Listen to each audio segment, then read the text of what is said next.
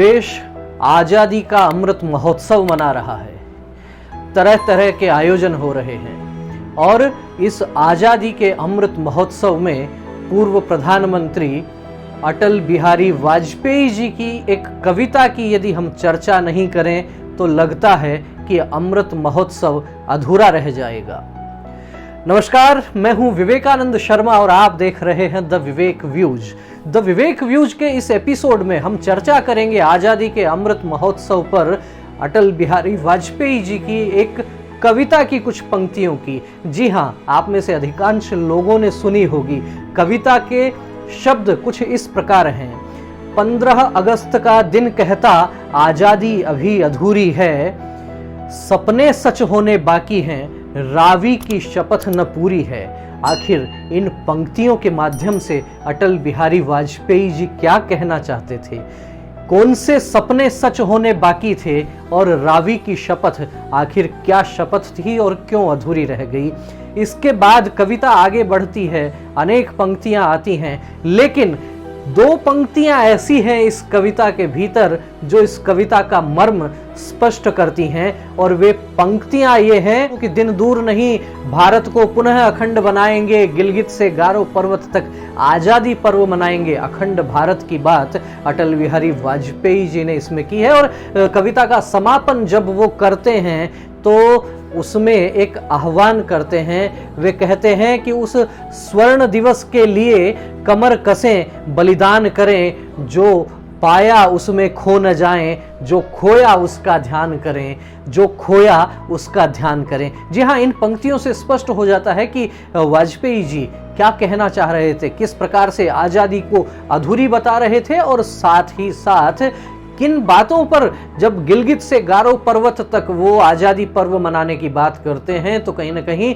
उसके मूल में बात आती है अखंड भारत की। और जब कहते हैं कि जो पाया उसमें खो न जाएं, अर्थात जो हमारी उपलब्धियां रही हैं, तो इस समय आजादी के इस पर्व पर यह कहा जा सकता है कि जो कुछ देश ने पिछले 75 वर्षों में प्राप्त किया है, विकास के नए नए सोपान रचे हैं, उनमें हम मदमस्त नहीं हो जाएं, उनमें खो नहीं जाएं। लेकिन इसके आगे की आधी पंक्ति कहती है जो खोया उसका ध्यान करें। क्या खोया? देखिए जरा, 1947 में देश का विभाजन होता है और भारत से पाकिस्तान अलग होता है। उस दौर में पूर्वी पाकिस्तान और पश्चिमी पाकिस्तान ये अलग होता है। समय के साथ में पूर्वी पाकिस्तान बांग्लादेश बन जाता है, लेकिन कह सकते हैं कि भारत की दो भुजाएं तो आखिर खंडित हो ही गई। कहीं ना कहीं ये जो भारत का विभाजन हुआ उसकी पीड़ा अटल जी ने इस कविता में बयां की है।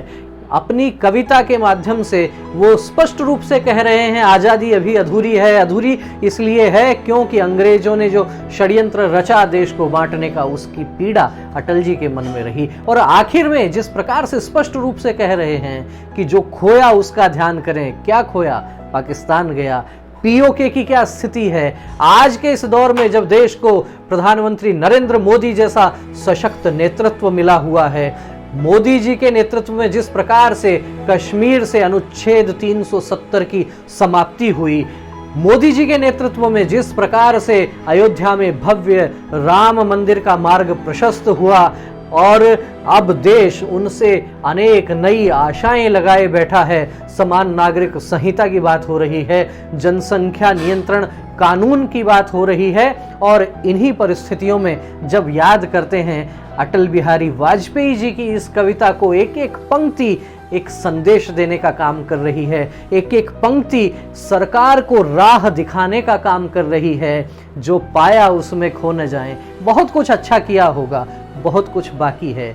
जो खोया उसका ध्यान करें। अभी क्या कुछ करना है उस पर भी ध्यान देना आवश्यक है। और सरकारों के लिए आत्मविश्लेषण तभी होता है जब वो मंथन करती हैं, जब वो अपने पूर्वजों को याद करती हैं और उनके स्वप्न को साकार करने की दिशा में कदम बढ़ाती हैं। तो अमृत महोत्सव मनाया जा रहा है, घर घर में तिरंगा फहराने की बात है। सरकार का यह प्रयास बहुत ही अभिनंदनीय है, स्तुत्य प्रयास है सरकार का, जिसने हम कह सकते हैं कि हर घर पर तिरंगा फहराने का जो अद्भुत निर्णय सरकार ने किया है और उसके लिए कुछ नियमों को भी थोड़ा ढीला किया गया है। पहले कहा जाता था कि एक झंडा आप फहराते हैं तो उसके कुछ नियम होते हैं, सूर्यास्त के बाद झंडा उतारना आवश्यक होता था।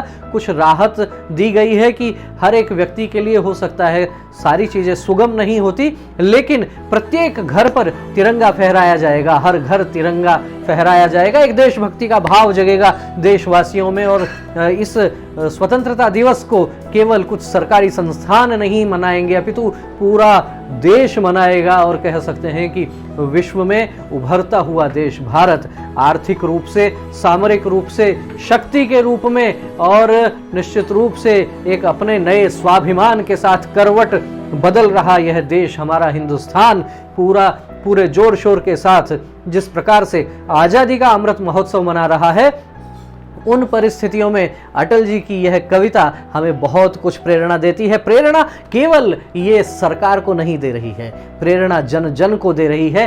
क्योंकि हमारे यहाँ कहा जाता है कि केवल सत्ता से मत करना परिवर्तन की आस, और जागृत जनता के केंद्रों से होगा अमर समाज। तो समाज को अमर बनाने के लिए जनता का जागृत होना आवश्यक है, और जनता को जागृत करने के लिए घर घर तिरंगा पहुंचाने का अभियान वास्तव में बहुत ही अच्छा प्रयास है।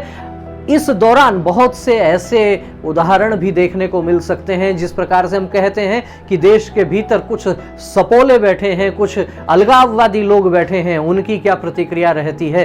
तिरंगे को लेकर ये देखना भी आवश्यक है। और साथ ही साथ मेरी सभी देशवासियों से अपील है कि इस विषय को राजनीतिक विषय नहीं बनाया जाना चाहिए। आप तिरंगे की फोटो लगा रहे हैं, बहुत अच्छी बात है, अपने प्रिय नेता के साथ लगा रहे हैं और भी अच्छी बात है। आप वर्तमान प्रधानमंत्री के साथ लगा रहे हैं, अच्छी बात है। आप देश के पहले प्रधानमंत्री के साथ लगा रहे हैं और भी अच्छी बात है। लेकिन इस विषय को राजनीतिक मत बनाइए। कौन कौन व्यक्ति किसके साथ तिरंगे की फोटो लगाता है वो उनका स्वयं का विवेक है, उनको जिसमें आनंद लगता है। तिरंगा महत्वपूर्ण है। मैं कहना चाहता हूं, व्यक्ति तिरंगे के साथ में जो है वो आते रहेंगे, जाते रहेंगे, पहले भी बहुत आए हैं, अब आगे भी बहुत आने वाले हैं। विचार जो है, देश का विचार, भारत का विचार, तिरंगे का विचार, ये महत्वपूर्ण है। ये हम सबके लिए अभिनंदनीय है। हम सब के लिए हम कह सकते हैं कि नेशन फर्स्ट और वैल्यू मस्ट, इस विचार को आत्मसात करते हुए आजादी का अमृत महोत्सव मनाएं। देश के क्रांतिकारियों की, स्वतंत्रता सेनानियों की गाथाओं का वर्णन करें।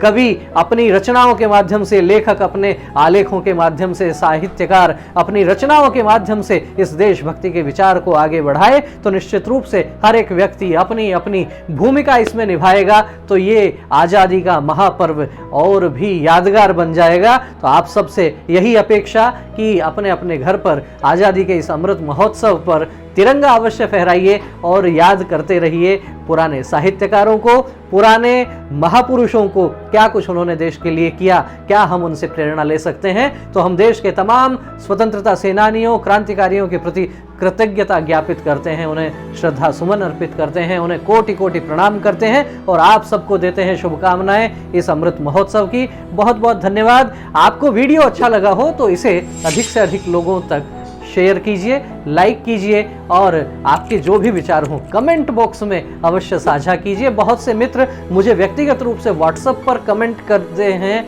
वीडियो को लेकर, उनसे भी आग्रह है, वीडियो यूट्यूब पर है तो यूट्यूब पर जो कमेंट सेक्शन है उसमें आप कमेंट करेंगे तो हमारा उत्साहवर्धन भी होगा और आपके विचारों से भी हम लाभान्वित होंगे। पुनः एक बार बहुत बहुत धन्यवाद। नमस्कार। फिर मिलेंगे एक नए विषय के साथ, एक नए वीडियो के साथ। तब तक आप देखते रहिए द विवेक व्यूज। धन्यवाद।